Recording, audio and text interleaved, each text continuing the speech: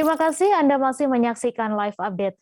Memasuki bulan April tahun 2022, Kabupaten Empat Lawang berada di zona oranye COVID-19, yang artinya Empat Lawang berada di zona dengan resiko sedang. Data terbaru yang berhasil dihimpun dari Satgas COVID-19 Kabupaten Empat Lawang, grafik penambahan kasus aktif harian cenderung menurun, bahkan terdapat 0 penambahan kasus aktif.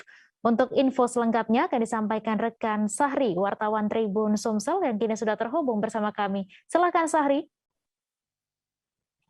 Terima kasih rekan Mei dan juga pemirsa Tribun dimanapun berada. Jadi pemirsa, untuk kabar terbaru COVID-19 di Kabupaten Empat Lawang memasuki bulan 3 ini cenderung kasus penambahan harian aktif itu cenderung berkurang karena memang jika diperhatikan dalam beberapa hari ini itu bahkan ada yang kosong gitu, rata-rata 2 atau 3, paling banyak 5. Sedangkan memang di awal bulan Februari kemarin penambahan kasus aktif COVID-19 di Empat Lawang itu cenderung lumayan tinggi bisa dikatakan gitu. Bahkan ada dalam satu hari itu penambahan kasus sampai 19 orang begitu.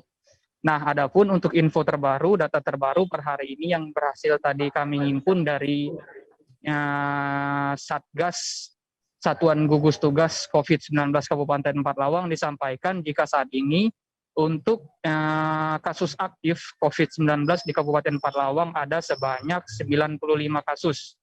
Dengan rincian itu yang dirawat ada 9, sedangkan yang melakukan isoman atau isolasi mandiri ada 86 orang.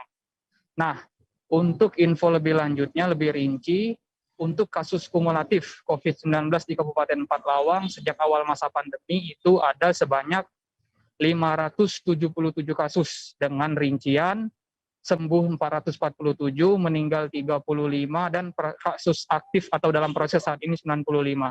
Mungkin cukup itu atau sekian yang bisa kami sampaikan dari Kabupaten Empat Lawang.